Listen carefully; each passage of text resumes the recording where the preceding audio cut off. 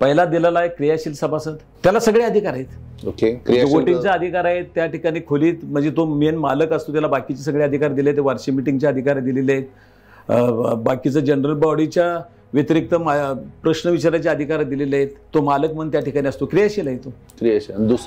दुसरा नाममात्र सभासद आपण करून घेतो, बाबा माझ्या व्यतिरिक्त बाबा हा काम पाहिजे त्यासाठी आपण दिलेले असतं, काम पाहू शकतो. मालकी हक्क नाही त्याला त्याच्यामध्ये. तिसरा जो दिलेला आहे सहयोगी सभासद, मग तुम्हाला हे कायद्याच्या नाममात्र सभासदाला बाकीच्या नॉमिनी म्हणून दिलेलं आहे, पण सहयोगी सभासद दिल्यानंतर त्याला पूर्ण अधिकार दिलेले आहेत. असोसिएट मेंबर सहयोगी सभासद सगळे अधिकार दिले, पूर्ण अधिकार, फक्त त्याला रूम विकता येत नाही, बाकी सगळे अधिकार दिलेले आहेत. म्हणजे काय दिले सर? मग सहयोगी सभासद झाला तर त्याला 10A फॉर्म, 10A फॉर्म म्हणजे 10A फॉर्म भरून घ्यायचा आणि ओरिजिनल सभासद सगळे त्याला ते अधिकार येतात. तो इलेक्शनला उभं राहू शकतो, संचालक होऊ शकतो, पदाधिकारी होऊ शकतो, हे सगळे अधिकार दिलेले असोसिएट मेंबरमध्ये.